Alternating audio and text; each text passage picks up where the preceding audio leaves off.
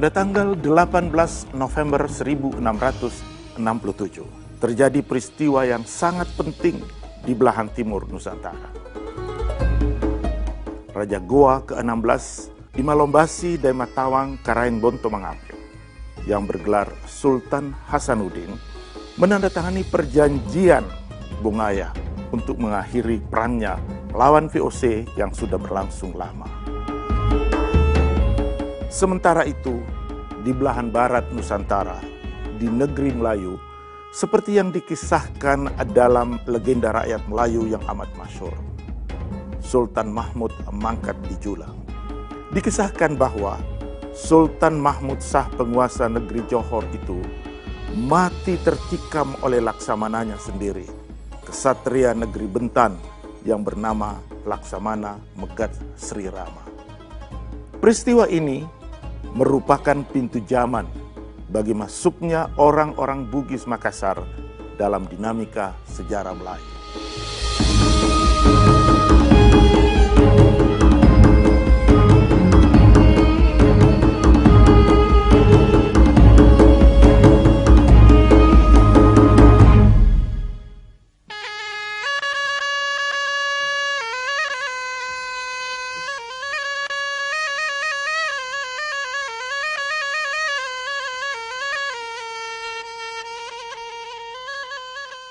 Saya adalah pemuda asal Bugis Makassar.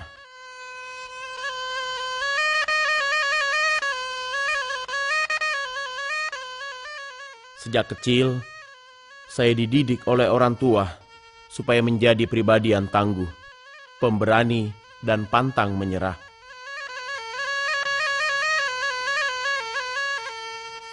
Menjadi pribadi yang tangguh ini juga sesuai dengan karakter nenek moyang saya. Saya bangga menjadi keturunan Bugis Makassar.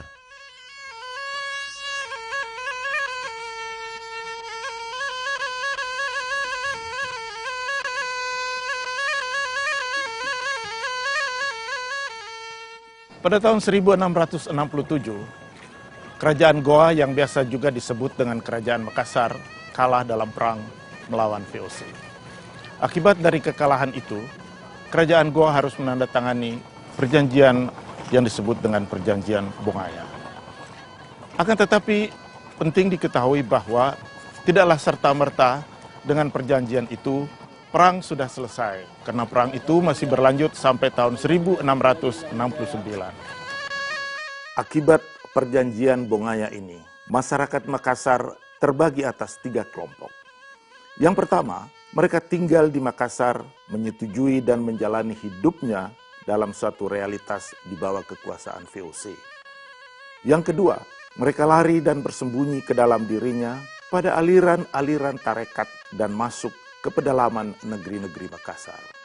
Dan yang ketiga, mereka melakukan diaspora ke berbagai daerah di Indonesia bagian barat. Nenek moyang saya adalah pengembara ulung. Mereka rela menanggalkan semua atribut, mengarungi samudra menuju negeri asing, dan meninggalkan negeri leluhurnya.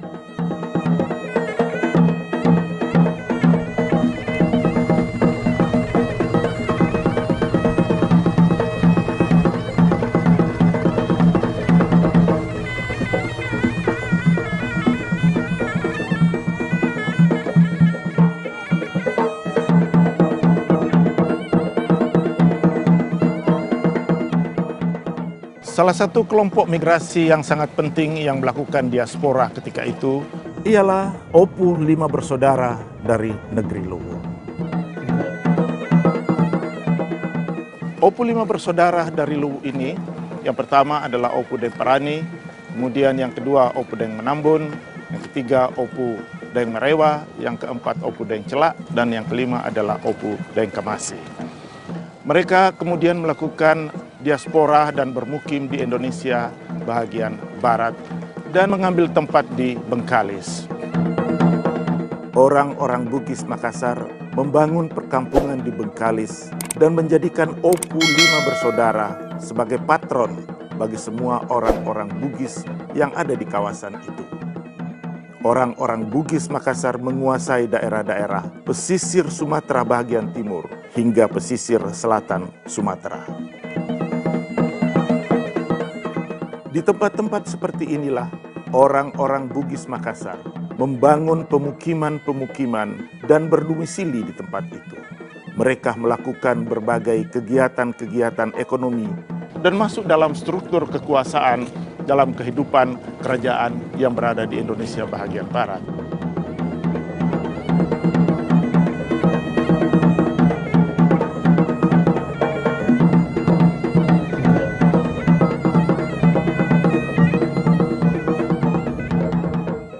Dari Bengkalislah, Opu 5 bersaudara mengontrol semua kegiatan perdagangan dan menguasai jalur pelayaran Selat Malaka dan sekitarnya, sampai pesisir utara Pulau Kalimantan. Beberapa sumber menyebutkan bahwa Opu 5 bersaudara adalah wira samudera yang sangat disegani di kawasan itu.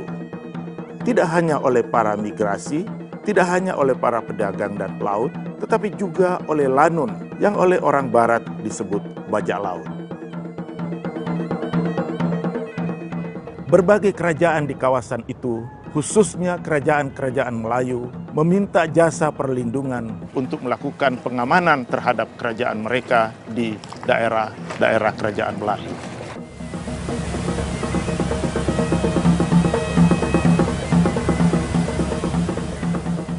Hukum adil atas rakyat, tanda aja boleh inayat.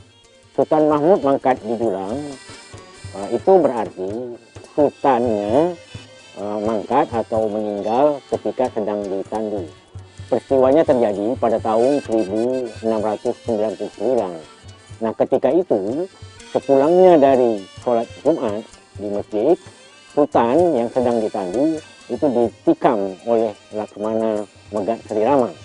Laksamana Megat Sri Rama menaruh dendam karena Sultan Mahmud menghukum mati istri beliau, yaitu Dang Anung, ketika istri beliau mengandung atau hamil anak pertama.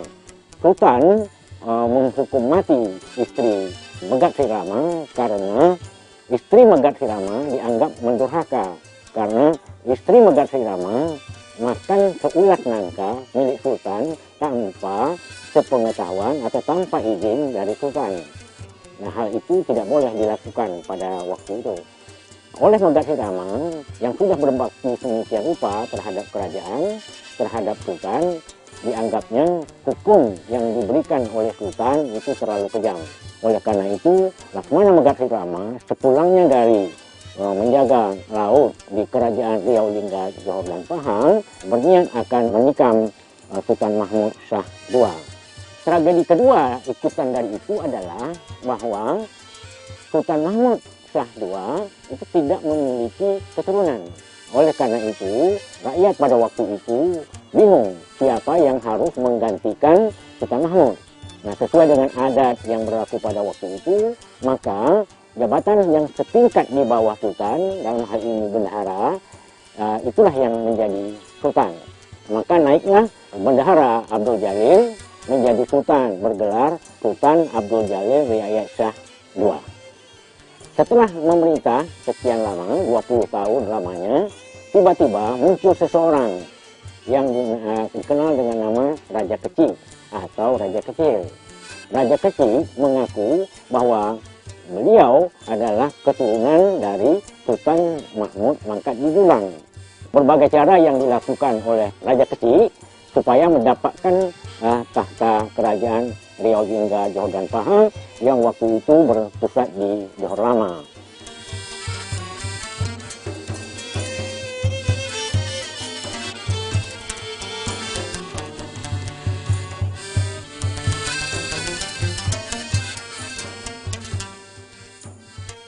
Pada tahun 1719, terjadi perebutan kekuasaan atas tahta Johor antara Sultan Abdul Jalil dan Raja Kecil dari Siak.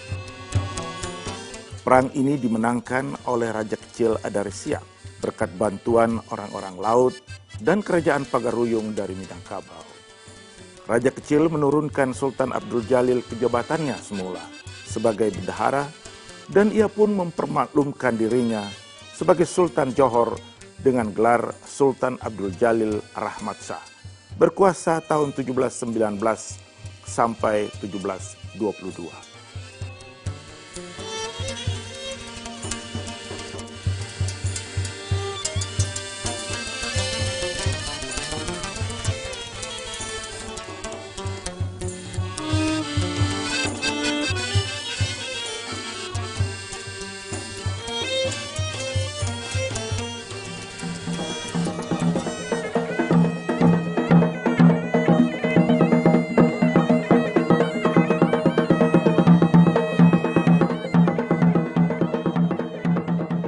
Tak lama setelah kekuasaan Sultan Abdul Jalil direbut oleh raja kecil dari Siak, Sultan Abdul Jalil beserta anaknya, putra-putrinya meninggalkan Johor. Dalam perjalanan Sultan Abdul Jalil dibunuh. Kemudian Tengku Sulaiman menemui Opu 5 bersaudara di Bengkalis. Di sanalah Tengku Sulaiman meminta kepada para Opu agar mereka bersedia mengembalikan tahta Kesultanan Johor kepada mereka. Pada pertemuan yang bersejarah itu, seperti yang diriwayatkan dalam buku Tufa An-Nafis, Tengku Tengah, adik dari Tengku Sulaiman, menyampaikan hasratnya. Ia katakan, "Hai Raja Bugis, jika Tuan mau bekerja sama dengan kami untuk membuang aib malu yang tercoreng di mukaku, aku akan menjadi hambamu dan bulat-bulat menyerahkan diri dalam kekuasaanmu, seperti nasi yang Tuan kunyah itu, dan akan menurut segala keinginanmu." pada perebutan kekuasaan ini menjadi satu tema yang sangat panjang dalam sejarah Melayu antara perang raja kecil dan orang-orang Bugis, terutama yang diketuai oleh 5 Opu bersaudara ini. Ketika kekuasaan Sultan Abdul Jalil dijatuhkan dan Opu bersaudara kembali mendudukkan Tengku Sulaiman menjadi Sultan Johor, maka terjadilah satu pemenuhan janji ketika mereka bertemu, ialah bahwa ada pembahagian kekuasaan antara Melayu dan Bugis. Ini menjadi dasar kerjasama kesepakatan antara Bugis dan Melayu. Atas dasar itulah, maka Opu Daeng Parani bersaudara mengumpulkan kekuatan dan memobilisasi satu armada yang besar untuk merebut Johor. Setelah Johor direbut, Tengku Sulaiman didudukkan sebagai yang di Pertuan Besar negeri Johor, Riau, Lingga, dan Pahang. Dan kemudian dari kesepakatan itu diangkatlah salah satu dari Opu 5 bersaudara menjadi yang di Pertuan Muda. Pada tanggal 4 Oktober 1722, di istana yang ditinggalkan Raja Kecil Siak, Tengku Sulaiman dilantik sebagai Sultan Kemaharajaan Melayu dengan gelar Sultan Sulaiman Badrul Alam Shah. Sejak itulah Kemaharajaan Melayu meliputi Riau, Johor, Pahang, dan Lingga, serta seluruh daerah takluknya. Ketika itu pula, Opu Daeng Marewa mencabut alameng, pedang pendeknya, pusaka yang dibawanya dari negeri Bugis, sembari berteriak dengan lantang, "Barang tahu kiranya segala anak-anak Bugis dan Melayu, maka adalah hari ini Sultan Sulaiman bergelar Sultan Sulaiman Badrul Alam Shah menjadi raja yang di Pertuan Besar memerintah Johor, Riau, Pahang, dan Lingga dengan segala daerah takluknya." Dan saat itu pula, Sultan Sulaiman Badrul Alam Shah bersama saudaranya Bendahara Sri Maharaja Tun Abbas melantik dan memberi jabatan yang di Pertuan Muda kepada Opu Daeng Marewa, mewakili 4 orang saudaranya yang lain. Seperti yang diriwayatkan dalam kitab Tufat An-Nafis, bahwa setelah Opu Daeng Marewa dilantik, dia pun mengaruh menyampaikan kesetiaan kepada Sultan. Lihatlah Sultan Sulaiman Badrul Alamsyah. Akulah yang di pertuan muda memerintah kerajaanmu. Lihatlah Sultan Sulaiman Badrul Alamsyah. Akulah yang di pertuan muda memerintah kerajaanmu. Barang yang aku dan engkau tidak suka melintang di hadapanmu, maka aku bujurkan. Barang yang semak berduri di hadapanmu, aku cucikan. Selanjutnya jabatan yang di pertuan muda menjadi hak orang Bugis turun-temurun secara permanen.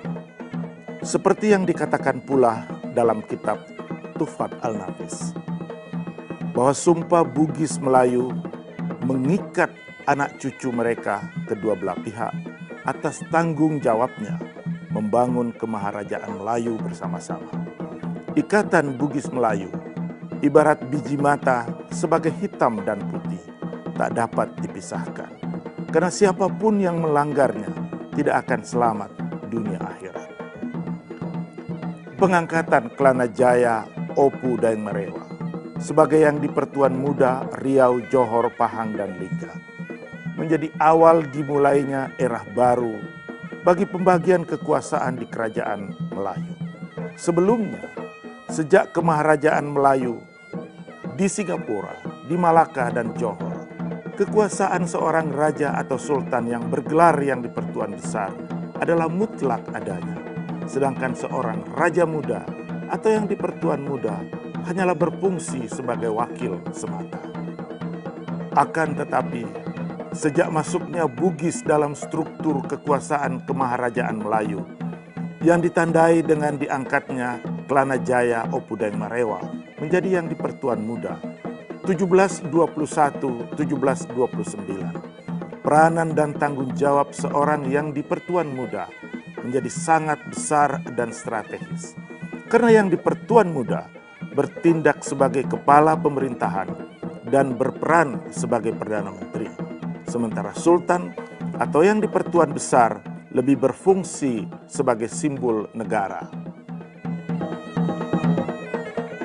Sekarang kita berada di makam yang di Pertuan Muda Riau yang pertama, Kelana Jaya, Opu Daeng Merewa. Inilah yang di Pertuan Muda Riau, Johor, Lingga yang pertama sebagai wujud kesepakatan antara Melayu dan Bugis di dalam perjalanan sejarah Melayu kemudian.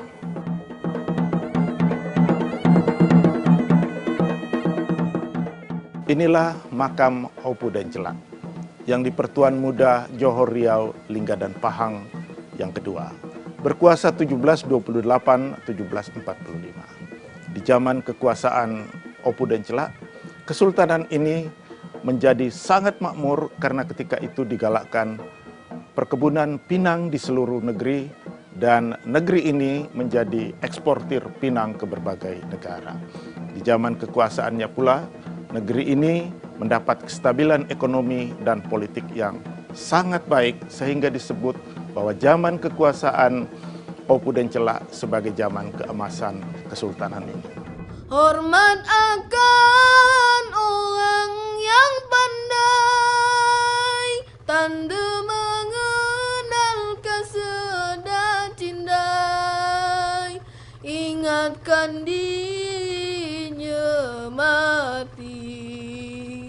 Itulah syarat berbuat bakti, akhirat itu terlalu nyata kepada hati yang tidak. Kali ini saya menuju ke sebuah pulau yang mempunyai keterkaitan erat dengan kerajaan Melayu, yaitu Pulau Penyengat.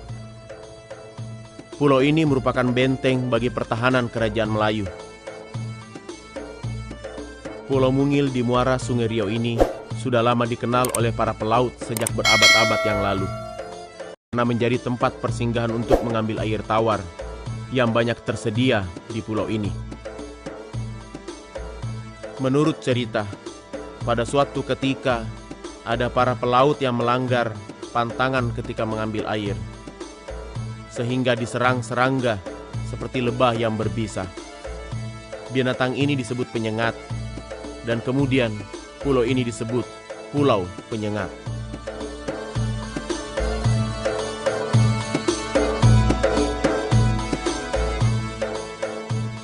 Keterkaitan Pulau Penyengat dengan Kerajaan Melayu tentulah tidak bisa dilepas dari perjalanan Kerajaan Melayu Bintan abad ke-11. Nah, ini peran penting kemudian ketika Kerajaan Melayu Johor Riau berdiri. Kemudian Penyengat ini menjadi benteng bagi pertahanan Kerajaan Riau itu sendiri. Ketika Sultan Mahmud Shah III menjadikan Kerajaan Riau bersama Daeng Kamboja, kemudian bersama Raja Haji Pasabilillah, sampai kemudian berhasil melumpuhkan Belanda antara Penyengat dengan Tanjung Pinang ini. Kemudian selepas itu Sultan Mahmud berundur untuk menjaga kedaulatan dan kemerdekaan negeri Kerajaan Melayu Riau, Johor, dan Pahang. Lalu dia berundur ke Lingga dan mendiri pusat kerajaan baru di Lingga. Kemudian dari berpencar pula ke berbagai kawasan kerajaannya itu, dan Penyengat tetap menjadi kawasan penting bagi Kerajaan Melayu Riau, Lingga, Johor, dan Pahang meskipun Sultan Mahmud berada di Lingga pada saat itu. Kemudian ketika Sultan Mahmud mencapai kemenangan setelah bertahun-tahun berhadapan dengan Belanda dan sekaligus dengan Inggris, dan kemudian pada tahun 18 sekian maka Sultan Mahmud kemudian menikah dengan Engku Putri Raja Hamidah yang tidak lain tidak bukan adalah putri pamannya sendiri, yaitu Raja Haji Pisabilillah. Dan ini merupakan keterkaitan penting bagi Kerajaan Melayu dengan Pulau Penyengat dan bangsa suku Bugis dan bangsa suku Melayu, karena Sultan Mahmud menjadikan pulau ini bahagian dari kelengkapan mas kawinnya ketika akan menikah dengan Engku Putri.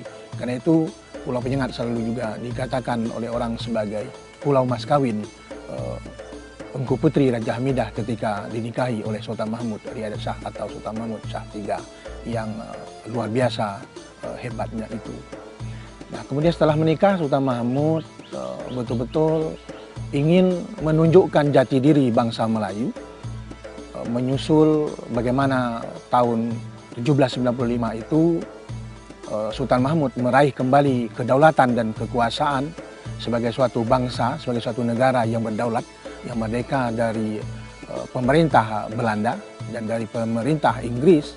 Nah, karena itu Sultan Mahmud menjadikan pulau ini sebagai pulau yang penting dalam perjalanan marwah tamadun Kerajaan Melayu. Karena itu pulau ini bukan hanya menjadi pulau mas kawin bagi Engku Putri, tapi di pulau ini Engku Putri itu beliau letakkan tinggal di sini sebagai permaisuri. Dengan segala kedaulatan kerajaan itu, beliau diberi amanah memegang lambang atau regalia Cogan Kerajaan Melayu Riau itu. Nah, saat itulah beliau membangun pulau ini menjadi pusat tamadun Melayu yang kemudian diteruskan oleh putra beliau antara lain Sultan Abdurrahman Muzaffar Shah itu. Karena itu Pulau Penyengat belakangan menjadi berkembang tamadun Melayu yang melahirkan generasi ulama, generasi ahli tata negara, politikus bangsa seperti Raja Ali Haji dan lain-lain. Itu pada zaman kerajaan itu. Pada era belakangan pun Pulau Penyengat tetap menjadi identitas bagi Kerajaan Melayu Riau, Lingga, Johor, dan Pahang.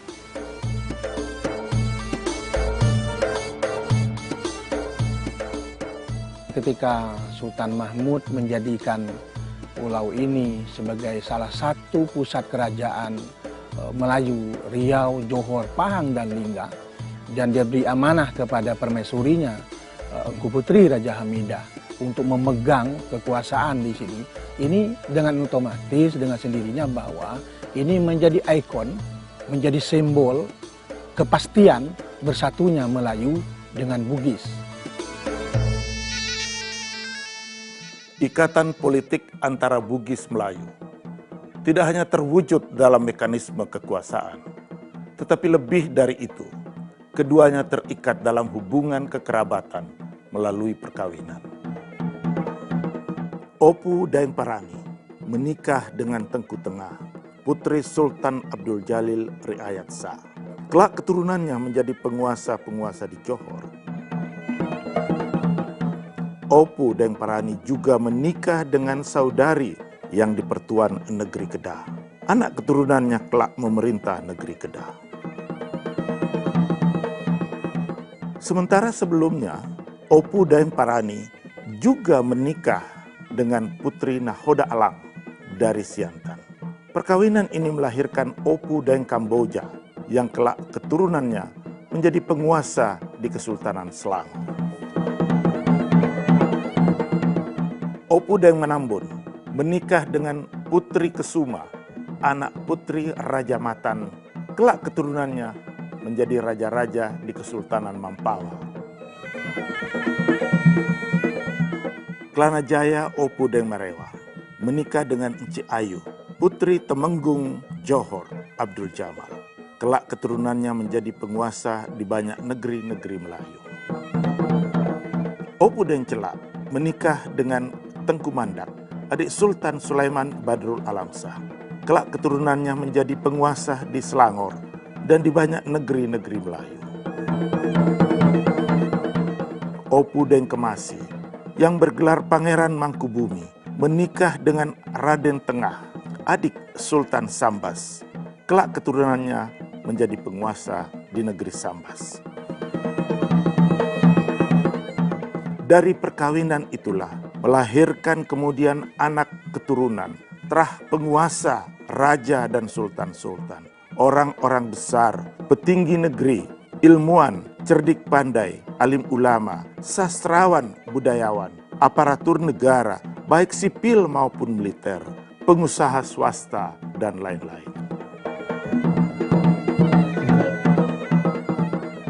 Di Johor, di Selangor, di Kedah, Pahang, Perak, Melaka, Kelantan, dan banyak lagi. Termasuk di Brunei, Sambas, Jambi, Pontianak, Mampawa, dan lain-lain.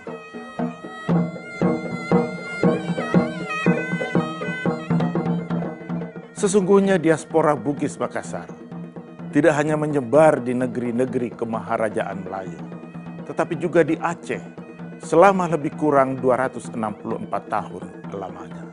Sejak kekuasaan Sultanah Safiatuddin Shah 1641 sampai 1675 hingga ke masa kekuasaan Sultan Aceh yang terakhir, Sultan Muhammad Daud Shah 1864-1903.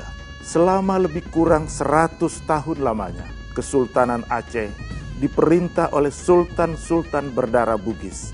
Hingga dalam sejarah Aceh disebut Sultan-Sultan Aceh dinasti Bugis.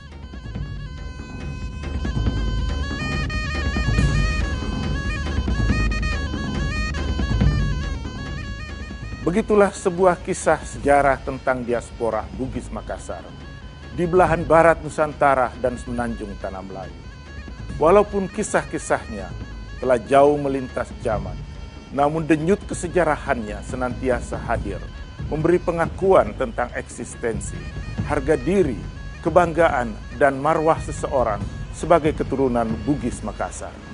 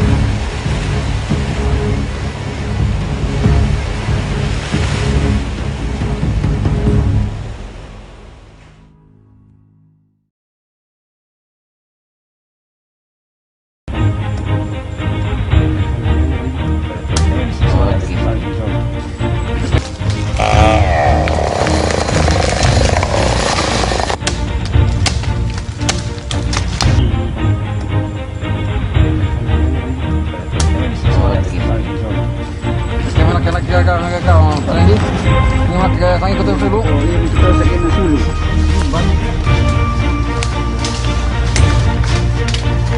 Adiknya apa ya Pak? Siapa adik?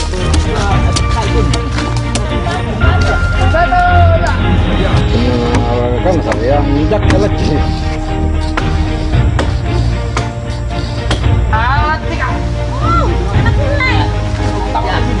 Jangan aku di mana?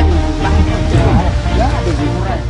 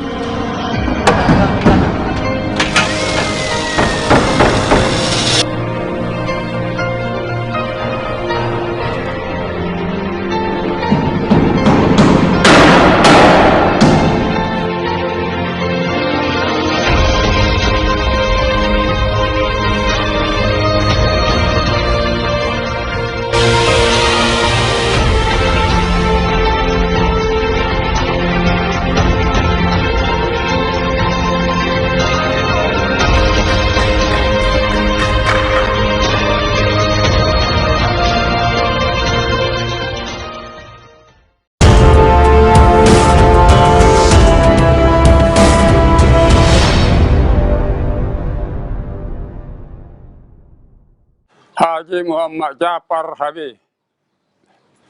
Nama saya. Pekerjaan ya perahu, pengusaha perahu. Sampai sekarang umur hampir 90. Mulai pekerjaan saya perahu kecil sampai perahu pinisi. Sampai sekarang PLN.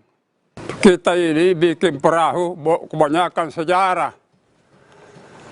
2 buah perahu dikirim ke Australia, dinaikkan di museum. Kemudian di belakangnya bikin lagi Cinta Laut, perahu Jepang, ada di Makassar itu. Sekarang kita bikin lagi perahu tradisional mau dikirim ke Belgia. Sekarang ada di Belgia. Pertama-tama kita ke keturunan, bukan tiruan, turunan. Jadi kita kalau kita mau kerja itu perahu, pergi dulu lihat dulu kayu di kebun, baru kita pergi teban, dibawa ke tempat pekerjaan. Lamanya tergantung dari keuangan. Kalau banyak uangnya ya bisa cepat. Kalau kurang uang ya 1 tahun begitu baru bisa. Dikerja biasa 1 bulan, biasa juga 1 tahun. Soalnya itu perahu kalau pajala kan kecil ji. Kalau patorani besar lagi. Kalau perahu pajala biasa anak saya. Kalau besar biasa panggil orang lain. Kalau yang paling besar biasa panggil 10 orang dia kerja. Itu kalau secara tradisi, ya kalau secara tradisi biasa kita bikin namanya bomba kalau bahasa Makassar. Dia bagai kalau kita mulai itu kalau mau dipotong itu perahu ya. Kalau dulu kan, tapi sekarang ya sebagian ada begitu, sebagian tidak ada. Soal apa namanya itu pinisi, selalu gembira saya punya hati. Sebab ada kebanggaan dari saya itu.